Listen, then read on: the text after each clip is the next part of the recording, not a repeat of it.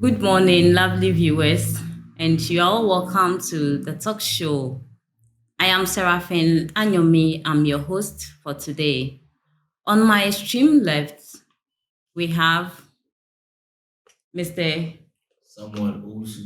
and my immediate left, Miss Hannah Ini Muamensa. and my extreme right. Daniel Adam. You are all welcome once again to this show today. Thank you. So, today we are going to talk about the thoughts that disappear and thoughts that survive. As we live our lives, there are many times we receive so many thoughts. But at the end of the day, it's not all these thoughts that are able to materialize. We leave some of them and then we continue with some, and some also become useful in our daily lives. Just as we listen to the lecture about the thoughts that disappear and thoughts that survive, we'll go into detail to discuss, and I'll talk a little about it and then we will proceed. So, as we listened to the lecture, it was about how seeds are able to grow to become plants and then they bear fruits. In the woman body, they produce about 500 eggs. But at the end of the day, it's not all these eggs that are able to be fertilized. Some of them, when they do not meet the sperm, they come out and they are aborted. And then so also in our lives, also we receive thoughts. About the monk story, there is these two monks who were crossing the river one time, and according to the customs, monks are not supposed to touch ladies or even have anything to do with them. But whilst they were crossing the river bank, there is this lady also following them. And then it was difficult for a lady to cross such a river, and the monk thought, let me give a helping hand onto this lady. So he decided to carry the lady on his back. And as they crossed the river, the lady said, thank you, and then the lady left. But whilst the lady left, the two monks were moving, and then the other monk who didn't even touch the lady at all started shouting from behind. Why did you touch the lady? Don't you know it is a taboo for monks to touch ladies? What if the neighboring people see that we have touched lady? What would they think of all monks? They would think that we are all bad and we are all just like you. Anyway, as he continued to speak, the monk who carried the lady really didn't express anything. He was just quiet. But continuously, the friend continued to insult and shout at him. And then he turned around and he asked him, my brother, I have let this woman down the riverbank. She's gone her way. I've let her out of my thoughts. Why is it that you are still holding on to her in your thoughts? Lovely viewers, even though it is the same situation, but the monk who carried this lady had already let go of her in his heart. But the other one, who seems to have nothing to do with her, rather had a lot of things to think about. Anyway, just like these two monks, we also receive so many thoughts.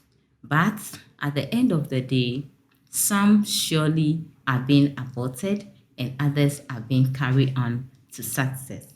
It's not only bad thoughts, but sometimes there are also good thoughts. Now, I would like to call on my special panel to elaborate more on the story from the lecture. To begin with, I'll call on Mr. Samuel to share his thoughts also on the lecture. Mr. Samuel, how was your thoughts, or how did you receive the lecture, and what would you like to share with us this morning? Okay, thank you very much for giving me the opportunity to share my thoughts on the story of the two monks. Okay, so on the story of the two monks, the monks were hit with a difficult situation. Why? Because in the olden days, the monks were taught not to mingle with ladies, either to touch them. And also, they also taught of doing good to people. And so, whilst traveling, when they came and met the woman at the river bank, it was a very difficult situation for them. Why? Because this lady also needed help to cross to the other bank, to the other side. And so the other monk in his heart thought it wise. Yes, we are not supposed to help a lady, as in not touch a lady, but then we are also allowed to help. And so in this situation, what should I do? The very tough situation. One, for me not to touch a lady is also good because we are taught in that way. Two, for me to help the lady is also good because we are taught to help people. And so with these two thoughts, which one would he go for? Yes, he took a bold decision. Why wouldn't I help her? After all, we are also taught to help. And so, with this good mind and heart, he boldly went to the lady, carried her at his back, crossed the river, and then later the lady was so much thankful. Why? Because she also did not expect such a kind from the monk. But then she was able to reach her destination with a thankful heart and mind. She left them. But you know what happened next? The other monk, who in right mind thought it wise, no, we are taught not to touch or mingle with a lady. Also, we are taught to do good. But then we have to think twice. Even though we are taught to do good, but in this situation, it's a lady. And so I will stand firmly on what I've been taught. I'm not supposed to touch a lady.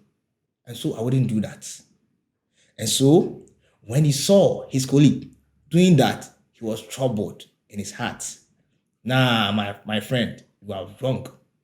You know, because he saw the lady, because she was very beautiful, and because you have a lustful heart, you decided to just show this fake kindness. And let me just give a helping hand to her. And because of that, she will not say anything. No, I know your heart. Yeah, I know you already. And so with this heart, he was so much trouble and decided to what? To blame his friend. And throughout the journey, he was trying to make his friend very guilty. Why? Because you did something which is wrong. But the truth of the matter is, the other friend which gave the helping hand from his heart had let go of the lady long time ago. But the one complaining was the one who had a lustful heart towards the woman. In his heart, wow, if I had the opportunity, why wouldn't I do that? But I'm not taught to do so, so I wouldn't do that. And so because of that, it was painful in his heart. This my friend, he thinks he knows everything. Even though we are taught not to do this, but he knows everything. And so he gave a helping hand. And so I believe that when the monk turned and talked to his friend, he said, my friend, why are you holding this in your heart? Truly, you are the one who is holding this lady in your heart. For me, I gave a very helpful hand, and that's all. And so I believe that we as human beings, as youth, most of the time we are also hit with such difficult situations in our life. And I believe that when such situation comes, we should think of the priority at hand and not think of other things that we are taught. But then we should also make it in our mind that when we met with such situations, we have to choose the one that will help the situation, but not the one that will rather make the situation worse. Thank you very much. Thank you very much, Mr. Samuel, for such a great contribution. So, just like you explained, I hope we can all pick it up and relate it to our personal lives as well. So, to proceed, we'll call on Mr. Donyo to also share his thoughts on the lecture. Yeah, I seriously agree with some assertions made by my colleague panelist, Mr. Samuel, um, and also some excerpt from the presentations we had about the monarch and also how seeds germinate, the turtle dove.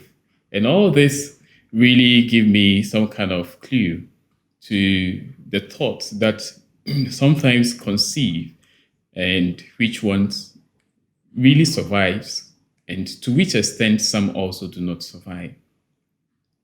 It's true to say that seeds germinate the same way we also conceive thoughts that germinate. There are some also that dies off. In my case, I had a similar scenario. In 2016, somewhere in 2016, I made up my mind to organize a conference for some people. And along the line in organizing this conference, I ran out of logistics. So thinking about how to, organize logistics for this conference, some brilliant ideas came to mind where I could get those logistics. So I decided to fall on those, ideas.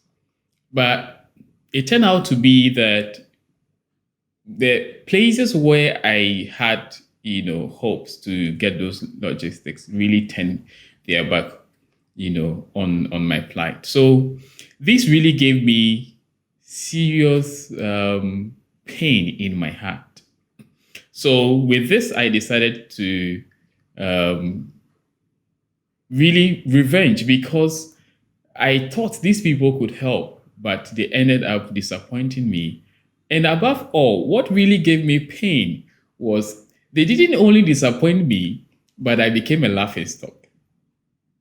So this really gave me serious pain in my heart. Now, this monk saw his colleague monk carrying a woman to cross the river.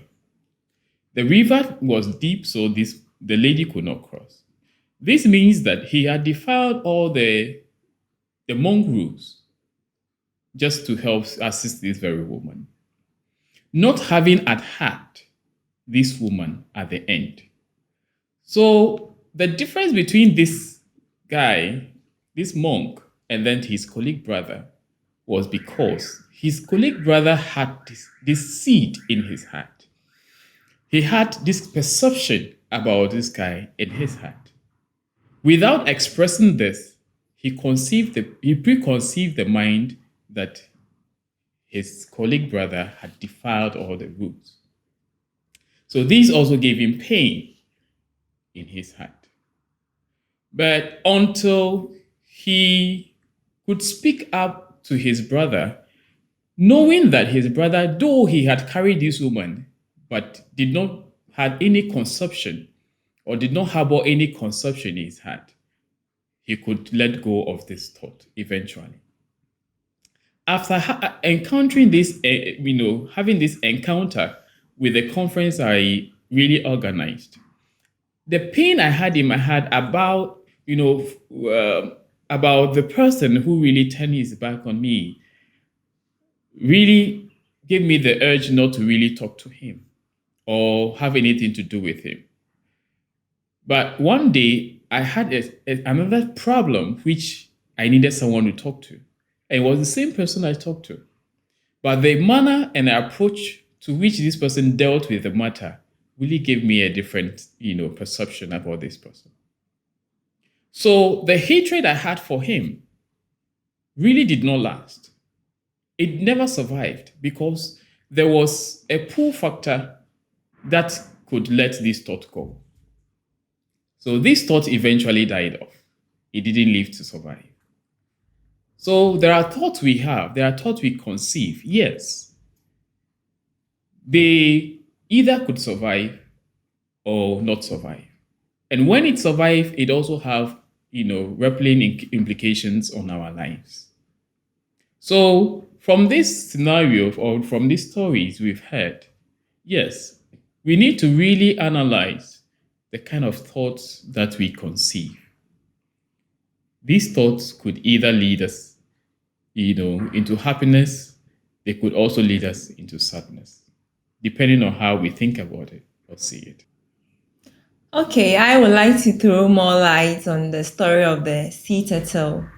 So, as we heard from the lecture, we know that the turtle or the mother turtle lay most of its eggs, and not all these eggs are being hatched.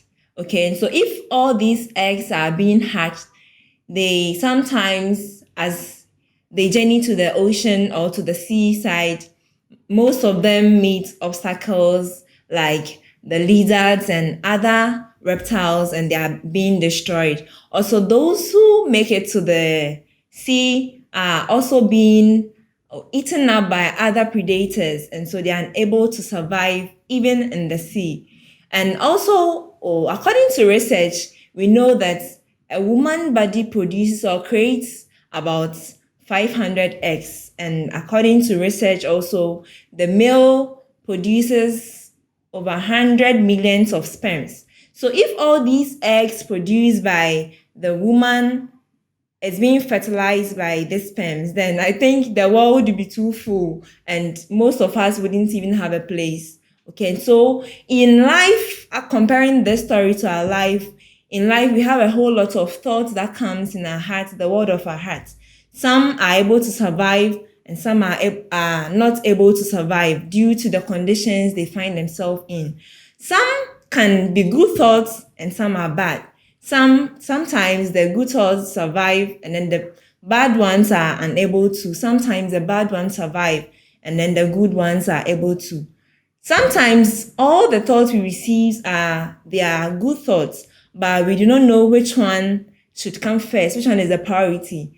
Comparing this to my life, sometimes it got a point in time where I wanted to study IT and I had no laptop. Okay, but I had a counselor who counseled me. Though you want to do IT, you don't have a laptop and all that. Why don't you serve as a volunteer to travel to another country to learn more about their life? And then with this, when you come back, I think you'll be more prepared, okay, to go into IT. Even though I didn't like the thought, but when I thought deeply about it, I thought it could help my life. Now, all these things are good. Learning the IT, it's good. As compared to the volunteerism, it's also good. But which one should come first? And so sometimes when we have thoughts in our hearts and we are confused, which one should stay in our heart, which one is good, which one is not good, we can also consult other people and listen from my other panel members, listen from their point of view and their thoughts. You can see Mr. Donyon, he also had difficulty relating with the other person in life. But when he got to understand who really the person was, he could relate freely. So in life, we don't have everything. But when we consult the other people around us, then we can get to know their point of view about life and what to go about and how to go about it. It's been amazing having you all on today's show, and I hope to meet you all next time on more amazing and interesting show on this very channel. Until we meet next time, it's bye bye.